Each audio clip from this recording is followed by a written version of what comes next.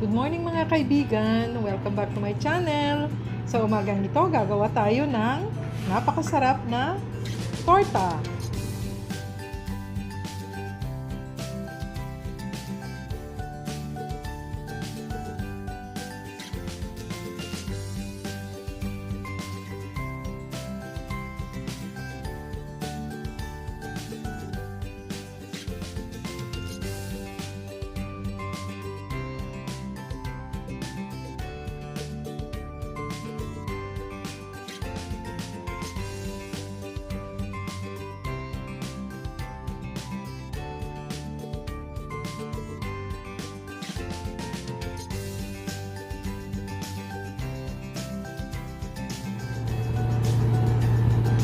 Ito ang mga sangkap sa ating torta. So ngayon, meron na tayong ditong all-purpose flour. Sifted na ito. Ito naman ay ating baking powder. Ito naman ang ating sugar. Ang ating itlog. Ang ating evaporated milk. Ang ating oil. Ang ating vanilla at saka ang ating salt. Magsisimula na tayong mag-mix ng ating mga ingredients. So ngayon, ang uunahin natin ay ang ating dry ingredients. Ngayon, ang ilalagay ko dito ay ang ating baking powder. Haluin muna natin siya ng maayos para maghalo talaga yung ating baking powder at saka yung ating all-purpose flour. And then, ayan, maglagay tayo ng ating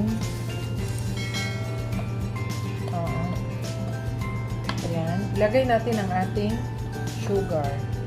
Okay? So, ngayon, andyan ang ating sugar. Pwede na nating ilagay ang ating milk. Tapos, ang ating oil. And then, ang ating vanilla. And then, ang ating salt. And then, ang ating itlog. Ngayon, while doing this, ang ating oven natin ay preheat na siya. Okay? So, haluin lang natin ito ng haluin hanggang sa maging smooth ang kanyang texture. Okay? So, ito na-mix na natin lahat. At saka, ang ating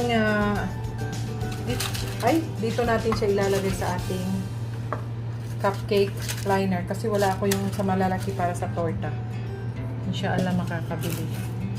Okay? So, ilalagay natin siya dyan. So, ngayon maglalagay na tayo ng ating mixture. Ayan. Kailangan 3/4 lang ang ating pagkalagay.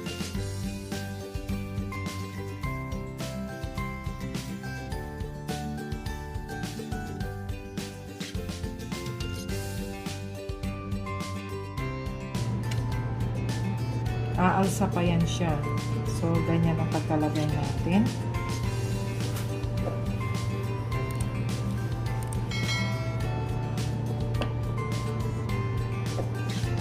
Ayan.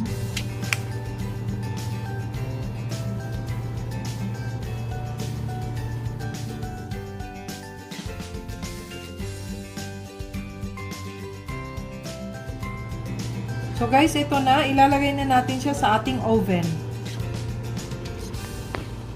So ngayon, ilalagay na natin siya sa ating oven. Ayan, ang ating oven ay naka 200 degrees Celsius. Mamaya, pag umumbok na siya, ilalagay natin siya sa 180 degrees Celsius ang init ng ating oven. Okay?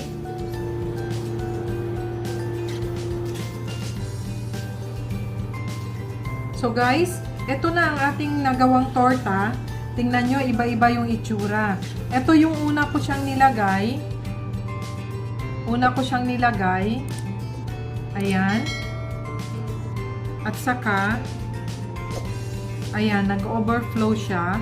Pero, ganun pa rin ang kanyang itsura, para lang siyang mushroom. Okay? Ito naman, yung pangalawa kong lagay na hindi ko pinuno talaga masyado. Yung ating cake na molder natin, yung cupcake molder natin. Kasi wala kasi ako yung para sa torta. So, ito ang lumabas. Anyhow, sa lahat, ito siya lahat. Pero, alam nyo naman, pag tayo ay gusto talaga nating gumawa at saka gusto talaga nating matikman, pareho lang ang kanyang lasa.